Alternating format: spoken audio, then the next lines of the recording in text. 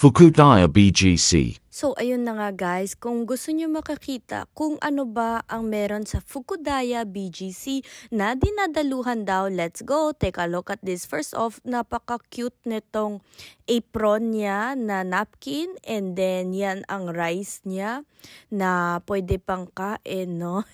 And yung kung saan yung rice bowl, pasensya na kayo, yung nadaanan namin na meals, yung medyo hulihan na.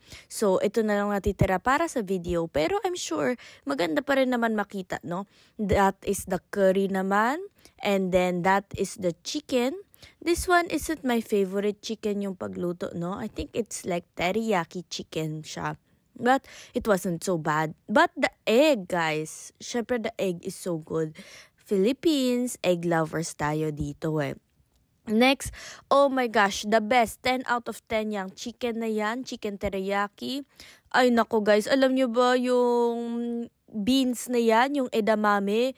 I kid you not, naputol yung tooth ko dyan sa edamame na yan. As in, naputol talaga yung front tooth ko ha. So, if naghahanap kayo ng pagkaing matibay, ay nako, yung edamame talaga.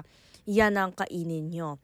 Next up is this ice cream, which is around 495 pesos for an ice cream good for 2 to 3 people, sesame. And then this is udon noodles, no, with tempura. Cold soba siya. Actually, hindi pala udon. This is cold soba. Ayan. So, Fukudaya, if you want to see what it's all about, no?